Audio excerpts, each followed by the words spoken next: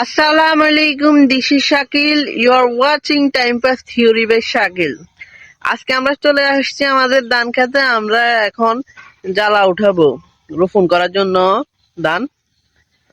এই তো এখন আমরা জ্বালানো উঠানো শুরু করবো আর কি। রোদও পড়তেছে ভীষণ, হাতে রাখতে হচ্ছে, রোদ পড়তেছে, প্রায় দুপুর হয়ে গেল তো তাই।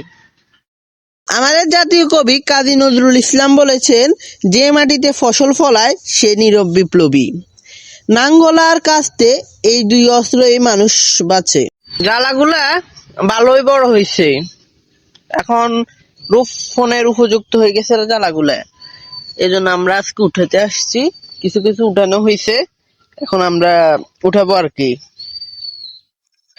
যারা উঠানোর সুবিধার্থে এখানে ফানে যাওয়া হয়েছে, দেখতে পাচ্ছেন টাকনু গিরার সমান পানি, যেন সহজে জ্বালাটা বা চারাটা উঠানো যায়, এজন্য পানি দেওয়া হয়েছে আর কি। এখন আমি উঠাবো চারাগুলো, দেখা যাচ্ছে কিনা ভালো করে।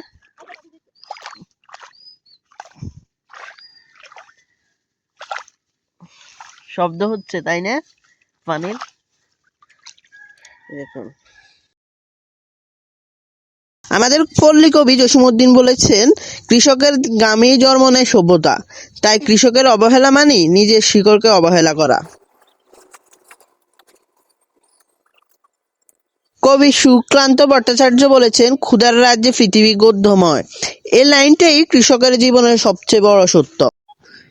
এই জমিটা হাল চাষ দেওয়া হয়েছে, ওই চারাগুলো এখান থেকে এখানে আনি রোপণ করার জন্য।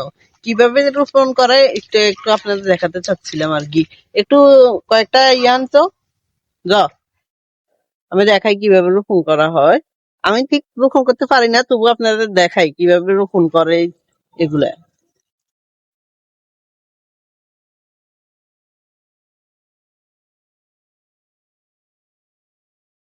বিশ্বকবি রবীন্দ্রনাথ ঠাকুর বলেছেন, মাটির বুকে বীজ রোপণ মানে ভবিষ্যতের প্রতি বিশ্বাস রাখা।